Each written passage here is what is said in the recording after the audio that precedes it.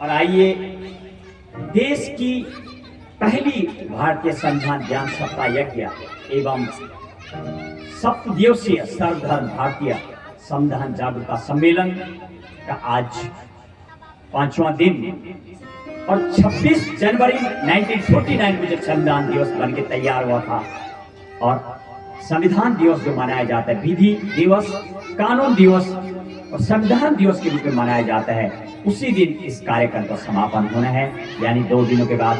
और आइए इस भारत माँ का विशाल लोकतंत्र और विशाल ये संविधान और ये तिरंगा जो मेरी माँ का 22 जुलाई 1947 को देश आजादी से पूर्व में जो पूरे भारत में जिसका आंचल के रूप में पूरे भारत में तिरंगा को फहराया गया था, उसको नमन करते हुए और विशाल संविधान का संस्कृत भाषा में, इस देश की संस्कृत भाषा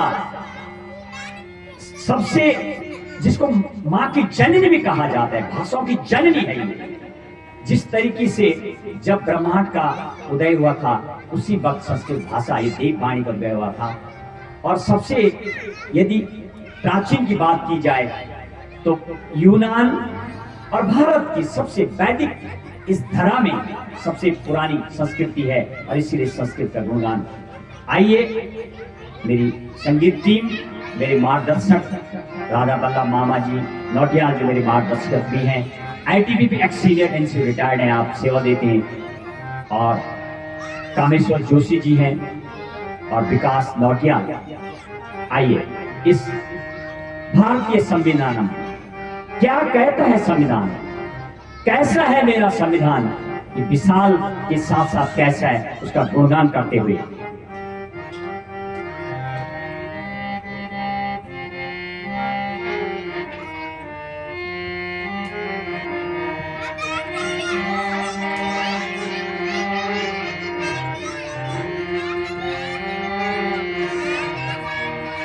पूर्ण प्रभुत्व संपन्नम लोकतंत्रात्मकं तथा गणराज्यं विधातुं वे संविधानस्य निर्मितम्।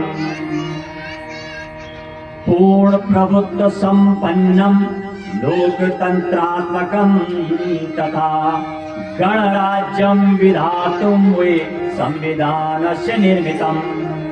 और इस भारत माँ का जो विशाल संविधान है जिसका हम श्रवण कर रहे हैं, भारत को संपूर्ण प्रभुत्व संपन्न लोकतंत्र राष्ट्र और गणराज्य बनाने के लिए संविधान का निर्माण किया गया है। गणराज्यं विधातुं वे संविधानस्य निर्मितम्, और संविधान का निर्माण किया गया है।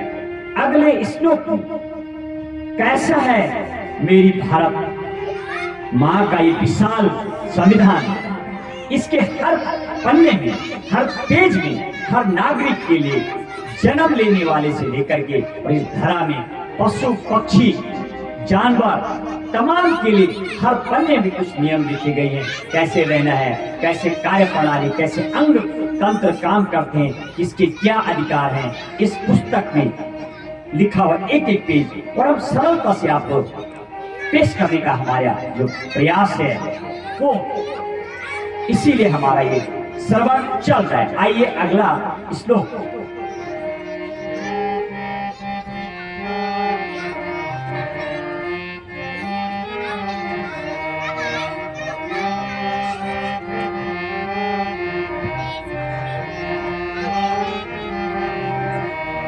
विश्वस्य संविधानेषु बृहन्तोत्तम विस्तृतम् चेत्तात् संविधानं नो भारतस्य ही गौरवम्।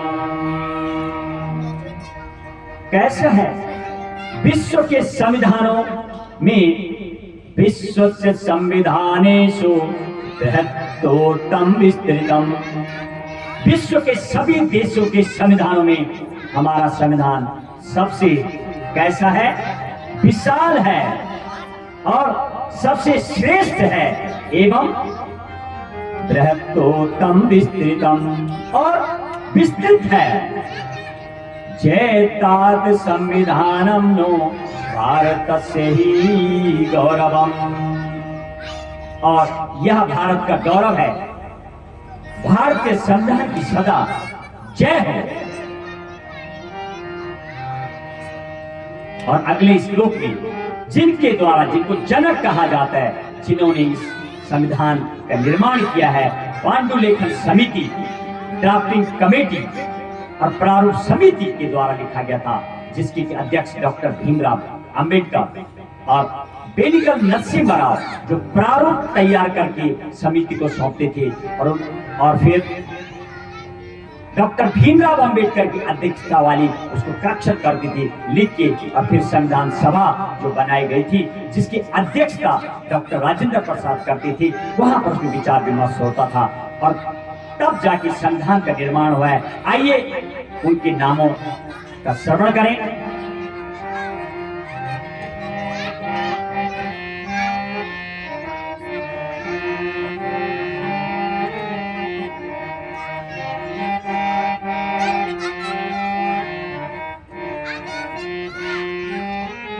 जनका संविधानस्य अंबेडकर महोदया श्री राजेंद्र प्रसाद संविधान सभापति।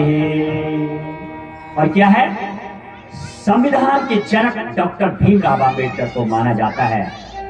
श्री राजेंद्र प्रसाद संविधान सभापति।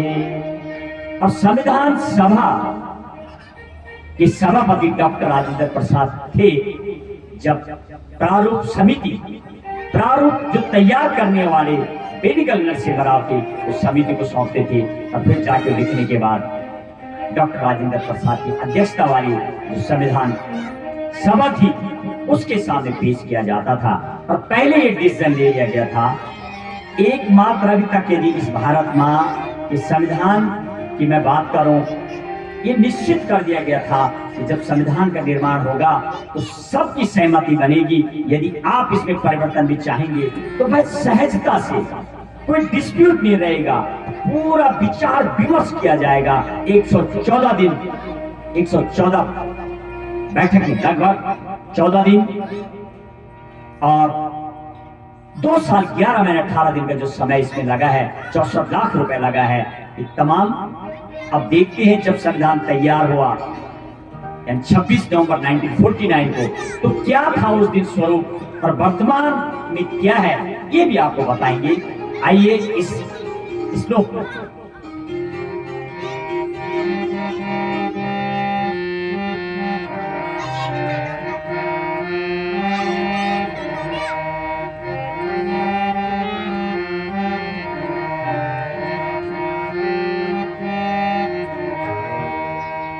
पंचविंशति भागेषु संविधानं विभाजितं परिपूर्णं तया सम्यक् धारानुच्छेद सूचिभिः।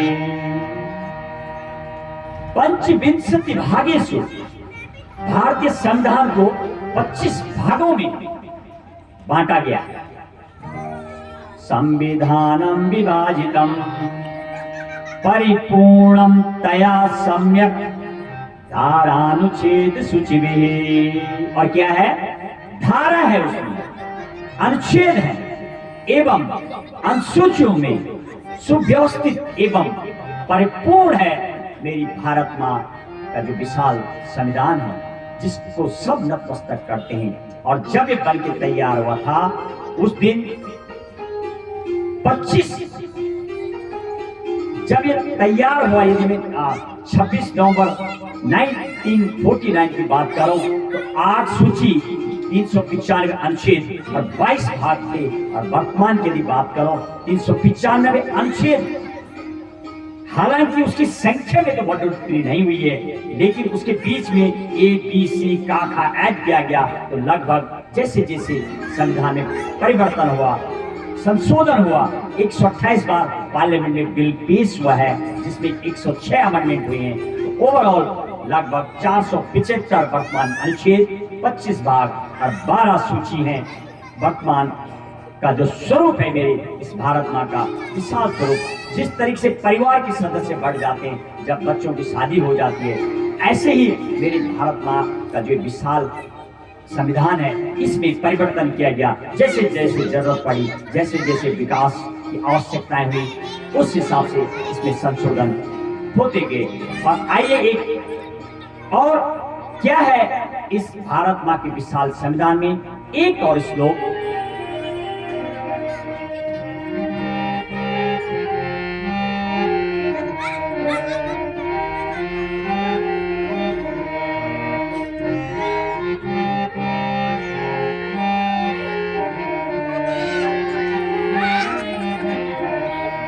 एकादश कर्तव्या न्याधिकारस तथैव षट् नीति निर्देशकः षट्दश सिद्धांत मार्गदर्शिका। और कैसे मेरे भारत माँ का जो ये विशाल संविधान है, संविधान में वर्तमान में 11 मौलिक अधिकार हैं, 11 मौलिक कर्तव्य हैं और 6 मौलिक अधिकार हैं।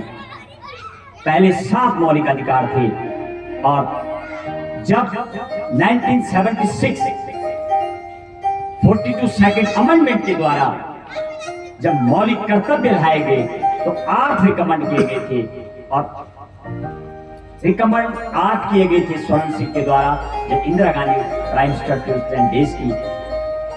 तो जब मेंशन किया गया तो 10 मौलिक कर्तव्य लिखे गए थे और वर्तमान में एक और ऐड किया गया है, 11 मौलिक कर्तव्य हैं, 6 मौलिक अधिकार हैं। पहले 7 थे, एक को 1978 में 44 अमेंडमेंट जब मोरारजी देसाई प्रधानमंत्री थे देश के, तो 44 जो अमेंडमेंट आया उसमें इसको शिफ्ट कर दिया गया एंड लीगल में इसको शिफ्ट कर गया 300A में इसको अभी जो संपत्ति का अधिकार था उसको वहां पर रख दिया गया। और आगे कैसा है ये, नीति निर्देशिका षट्दश सिद्धांत मार्गदर्शिका।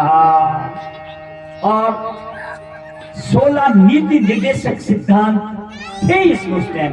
वर्तमान की बात करो तो वर्तमान में 21 नीति निर्देशक तत्व का मतलब है जब 6 मौलिक अधिकार बनाए गए, आप कुछ अधिकार देता है ये भारत माँ, ये संविधान आपको 6 मौलिक अधिकार देता है। तो ऐसे ही फिर यदि आपको कुछ अधिकार दिया जा रहा तो आपके भी कुछ कर्तव्य है इस राष्ट्र के प्रति।